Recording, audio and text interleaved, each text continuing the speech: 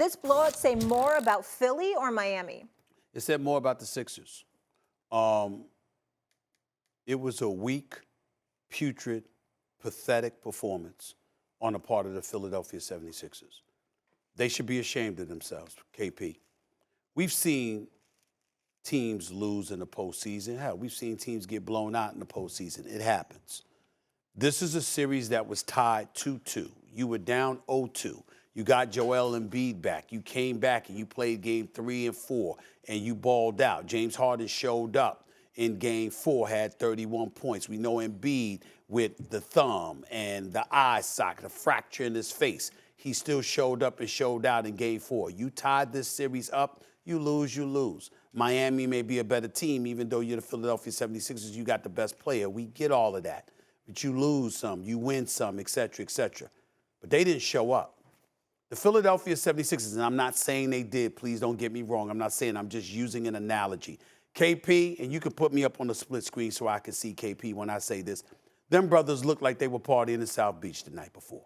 Now, we know that wasn't the case. I'm not accusing them of that. I'm saying that's how they looked. They looked like they were hanging out, and they were chilling, and they had a very laissez-faire attitude, and they came out there with absolutely, positively nothing. They got outscored by 12. In the first quarter, they got outscored by 20 in the fourth quarter. And along the way, they were fluctuating between a 10-point deficit to an 18, 19-point deficit before they flat out got their ass kicked in the second half. I mean, this was embarrassing. And the reason why it hits me home is because you and I both know how we feel about Doc Rivers. And we know how we feel what a great coach he is.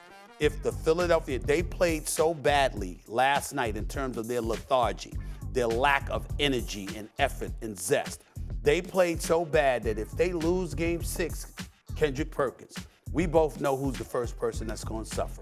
It's probably going to be Doc Rivers. I don't want to hear about no money. I don't want to be hearing about the money they'll owe him or whatever. They'll find a way to wiggle themselves around that, and they're going to get rid of Doc Rivers, and they're the scapegoat. And for this man to be coaching this team, as great of a coach, I don't care about the 3-1 deficits that he lost. The bottom line is Doc Rivers is one of the top 15 coaches in history. This brother can coach, okay? And the fact is he's gonna be the scapegoat for this horrible, lackluster, lethargic effort that they put forth last night. They should be ashamed of themselves. And I'm telling you right now, they better show up in game 6 and they better play, because Philadelphia, the city of Philadelphia, is gonna hold them accountable. It's not their performance. It was their effort that was sorely lacking last night. It was shameful. Well, Stephen A., I have to respectfully disagree. I think this is more about the Miami Heat, and I think it's more about the Heat and their culture, right? This comes down to the point where you get in the second round of the playoffs and you're starting to get towards the tail end in the Eastern Conference and the finals and things to that nature. Now, all of a sudden, you're starting to talk about cardio, conditioning, and who wants it the most, okay? And when I look at the Miami Heat and I think about their culture, it's no organization that I will put above the Miami Heat when it comes down to being in shape.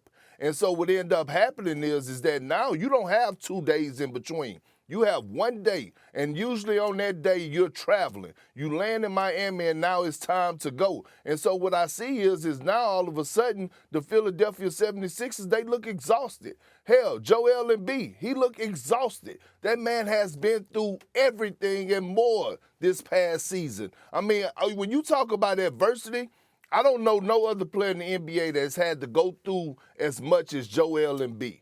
Forget the fact that he's still playing on a bum knee at the moment. We forgot about all that. Forget the fact that he has a broken bone or eye or whatever you want to call it in his face. Forget the fact that he's had to carry this load by himself, basically, because James Harden has been non-existent. And at the end of the day, when it comes down to it, the Heat imposed their will. On the defensive side of things, they were more physical. They were more ready. They're more in shape.